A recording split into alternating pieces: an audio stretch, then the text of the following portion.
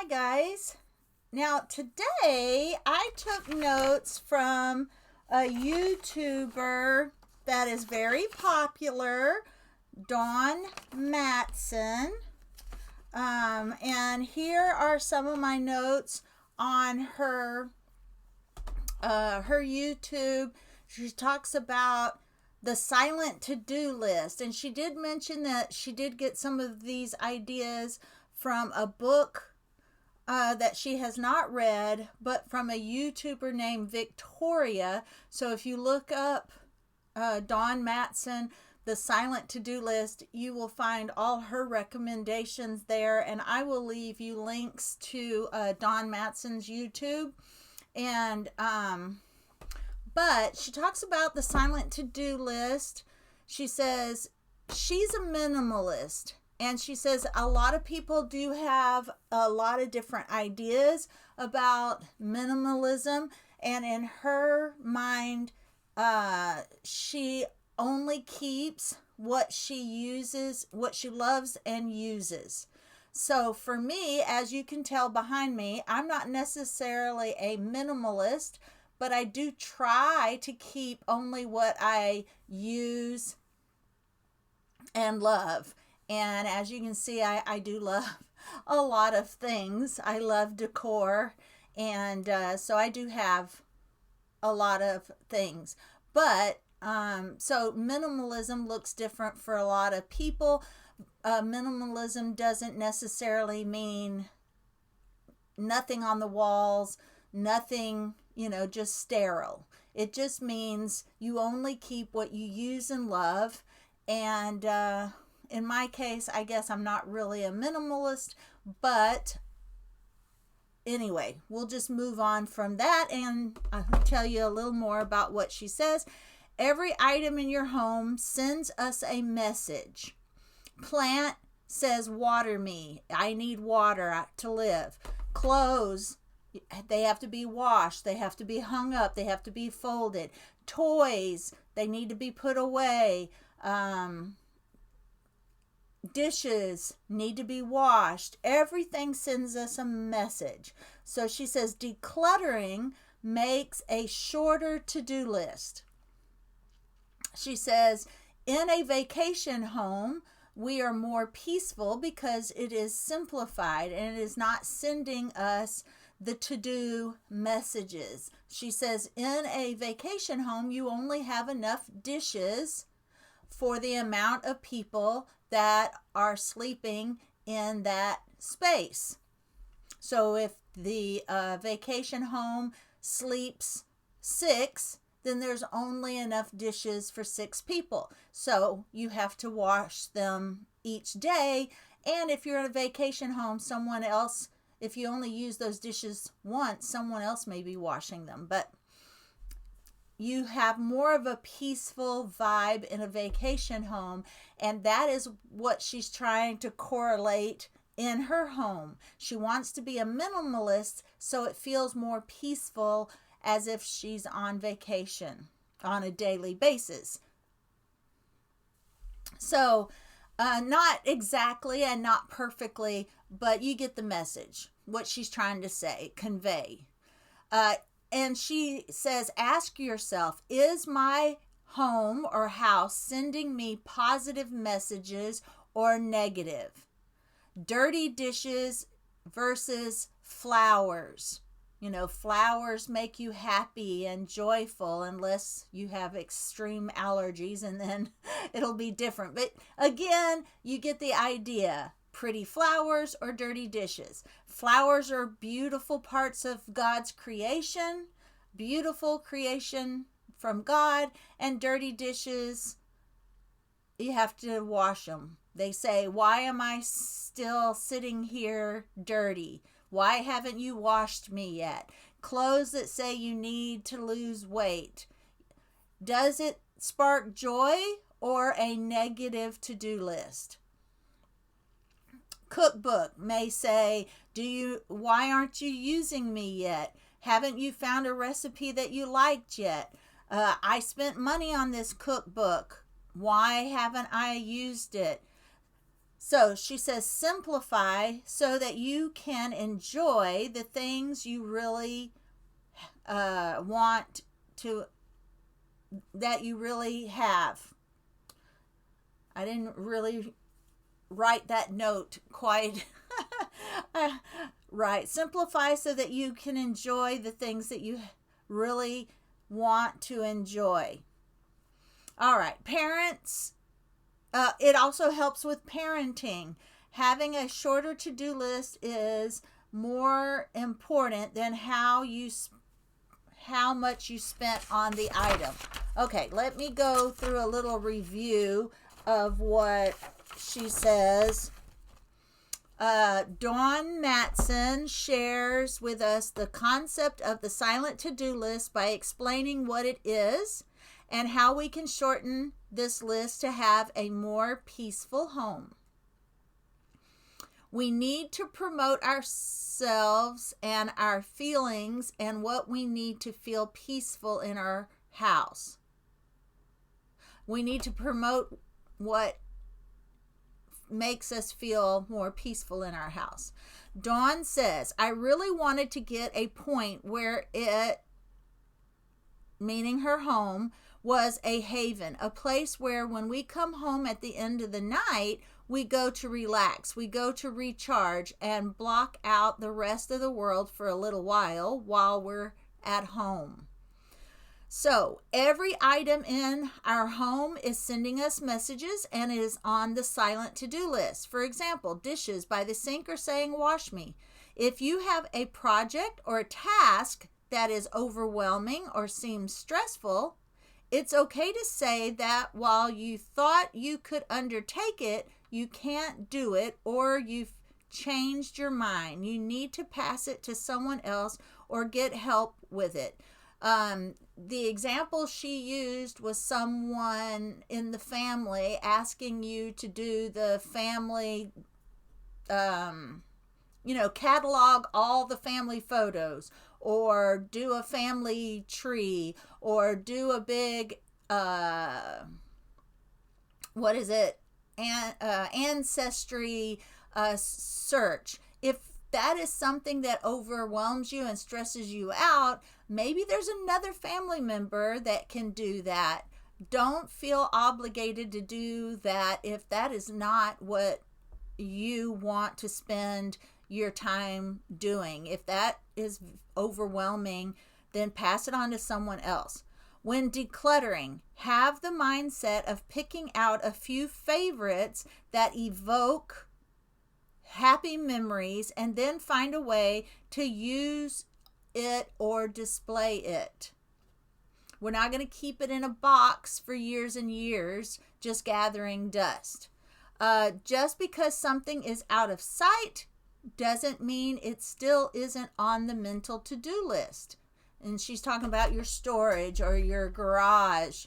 Those are still things that you have to keep from getting wet. You have to keep them protected, even if you're not using them.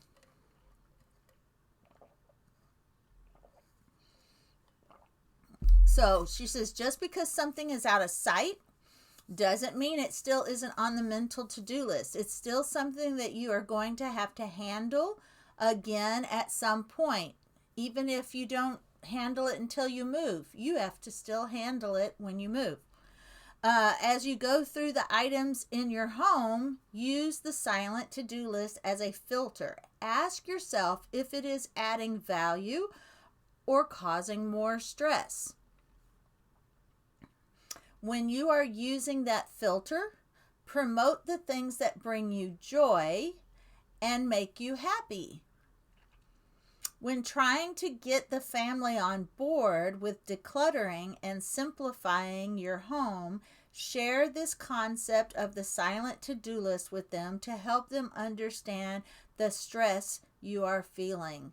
Another idea is to find videos on the subject that relates more to men or children, and show them the videos or watch them together and see if that sparks, because you really can't make your family do what they don't want to do.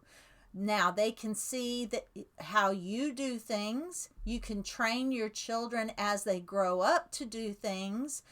But if you're starting now without, showing them and guiding them throughout their life, then it's going to be a hard sell.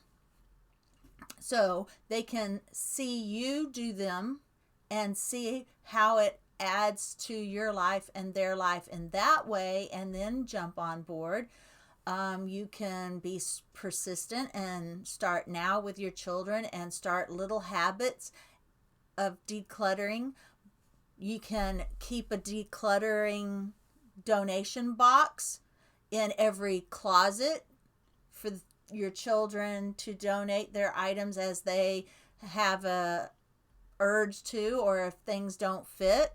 You can have a decluttering box somewhere near where you'll see it when you're leaving the home, so that you can put it in your car to declutter.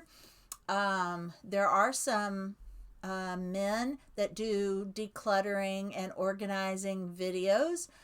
You can watch those with your husband and see how it goes. But it's just like the saying goes, you can lead them to water, but you can't make them drink. So you just got to do the best you can and take care of what you want to take care of, and deal with the rest in a positive, just stay as positive as possible. Because it's also like another video I did. It talks about if you complain and grumble and complain about all the things that have to be done in your home, then your family's going to grumble and complain about all the things that have to be done in your home. If you can find a way to declutter and organize and tidy your home in ways that will be more positive, podcasts that you enjoy, music that you enjoy, or that the whole family enjoys.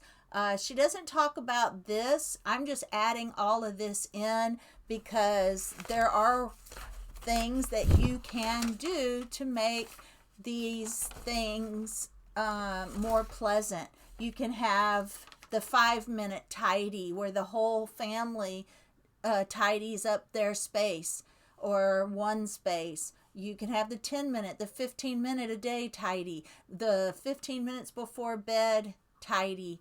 There are lots of things you can do, but keep in mind, I did love what she said about your vacation home.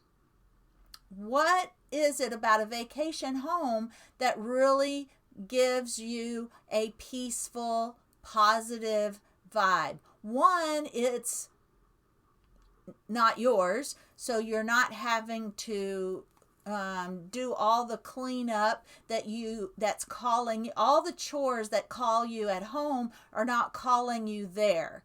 But also it's because there's a minimum amount of dishes, there's a minimum amount of things that have to be done there. So if you can kind of think of ways to minimize all the work that you have to do at your home, then that will make your home more peaceful. It will, I have Bible study at my house once a month. I have organized and minimized, of course not like a minimalist, but I have things set to a place where cleanup and pickup is super, super easy. Now, I don't have kids anymore. That makes it easy as well. But my kids pretty much had messy rooms, and the rest of the house really didn't get messy like my kids' bedrooms would get messy. And that was their space. So I did try to get them to clean their rooms, but I wasn't as strict about that.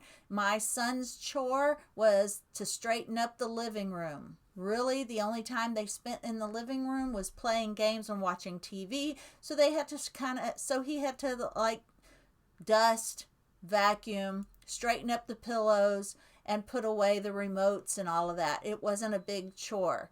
And so that's how and if he did his chores when it was chore day, he had to tackle the living room first because that's the first thing that people would see. And my daughter, her chore was the kitchen and feeding the dog. I figured the kitchen was a two chore job, so that was her one job, and then the dog was an easy one, feeding the dog. My son had 3 spaces to clean: the living room, which just needed to be straightened up, dusted, and vacuumed. The bathroom was his because, boys and potties. So the potty was his chore. And then his room. My daughter had the kitchen, her room, and the dog. And I wasn't that strict on their bedrooms because no one really saw them. I tried. I organized them, reorganized them when they were not, when they would go to camp and stuff like that. But I tried to pick my battles. So my main thing was the kitchen and the living room and the bathroom. The rest, their bedrooms, I could be a little more lenient. It was their space. So I wasn't as strict. But they always had to do their chores before they could go and spend any time with their friends. And when they were punished, the best thing, the punishment that worked the most for them was to take away their electronics. And so if they fought,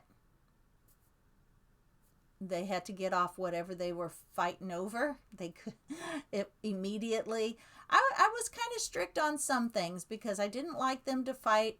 So if they fought over something, then they could no longer play on the computer. That was mostly what they fought over, was the computer or a game or something like that. But pretty much they were pretty good. But I don't know how I got onto that subject, but that's just some of the things that worked for me in my home. And so I hope you enjoyed this, and I hope it gave you some ideas and some whys, and to have a tidier, more organized, and a little more minimal space. And I will see you on the next podcast. Thanks for watching.